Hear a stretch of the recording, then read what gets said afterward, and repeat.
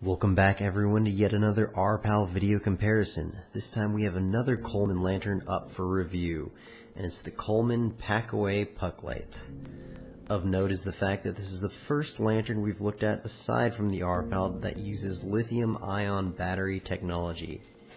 It is also the first lantern to use the same LED type as the RPAL, so we'll finally have a chance to put similar technological implementations side by side and see how they stack up. The Coleman Puck Light also has an often requested feature that the RPAL does not, which is a built-in charging circuit. We'll talk about that later on. Starting off with the physical characteristics, the Puck Light is named as such because of its resemblance to a hockey puck. In its expanded state, it has an overall height of 3 inches with an outside diameter of 3.5 inches. It has an overall weight of 7.2 ounces with the battery. The RPAL is also cylindrical in shape, yet it is significantly more narrow. It does not expand or collapse. It has an overall height of 4.1 inches with an outside diameter of 1.65 inches. With battery, it has an overall weight of 4.7 ounces. The Coleman Puck Light is never meant to be placed on its side, unlike the RPAL, which has features designed into it to prevent rolling.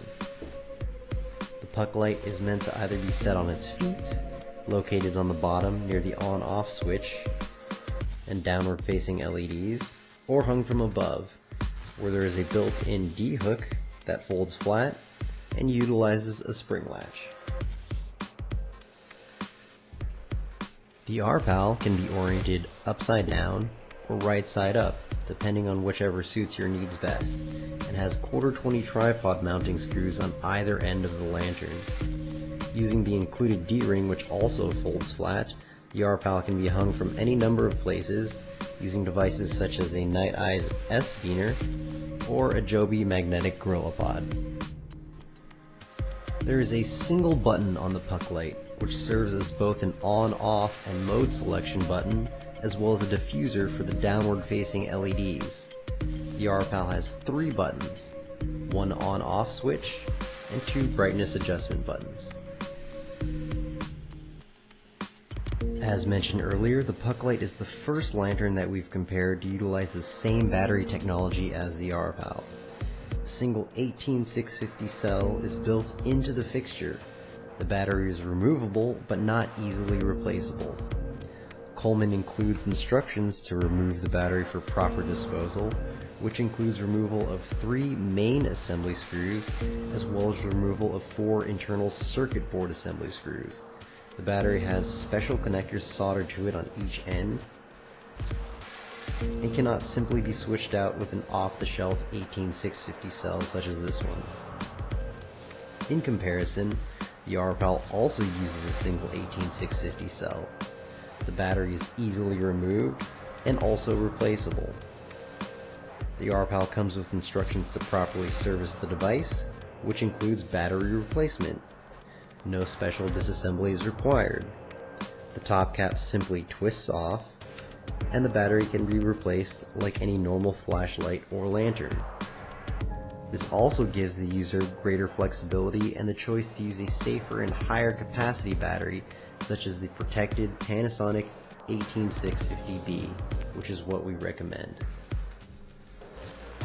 The Coleman Puck Light uses standard reflection and diffusion techniques that we have seen in other of their lanterns.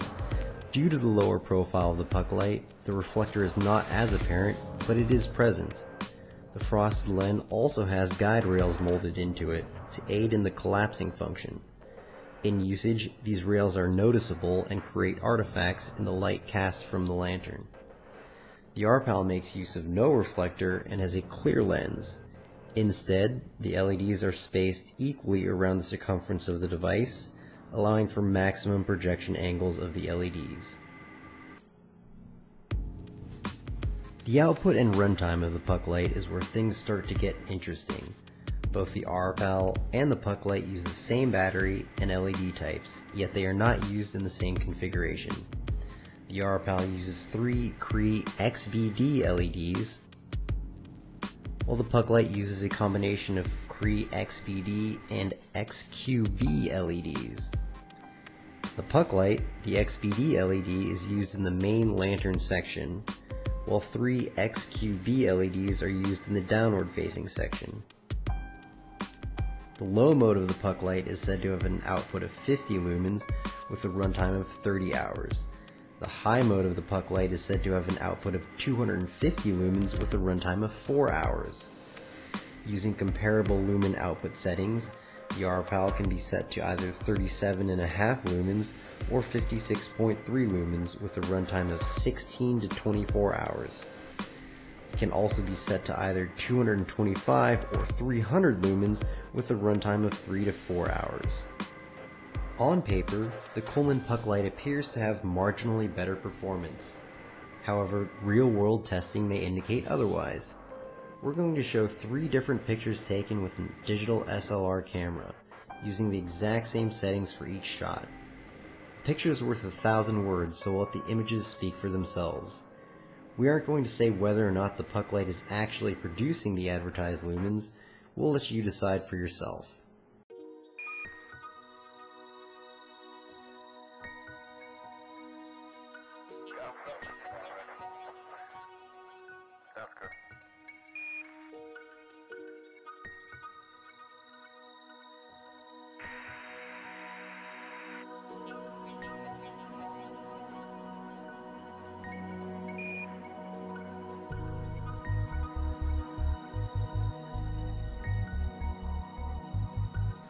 The Coleman Puck Light features 4 modes, both lantern and downlight on at the same time in low mode, both lantern and downlight on at the same time in high mode, lantern only in high mode, and downlight only in high mode.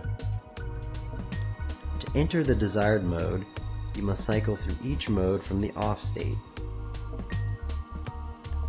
After the desired brightness or mode has been set, the device can be turned off by waiting a set interval of time and then pressing the on-off button again.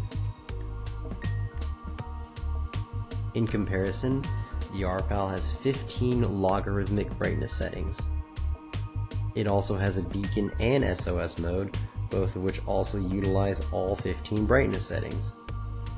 No cycling is required to transition between brightness levels, and the brightness and mode is saved in the off state. The device can be turned on at any time, and waiting a set interval is not required. On top of that, the RPAL also features an automatic shutoff mode and visual low battery indicator, neither of which the Coleman Puck Light has.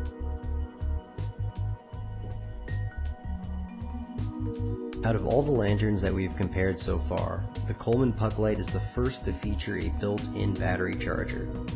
This is largely due to the fact that the Puck Light does not have a removable battery for normal use. The built-in battery charger is the only way to recharge the battery. The charge port on the Puck Light features an LED indicator that turns red while the battery is charging and then turns green when the battery is fully charged.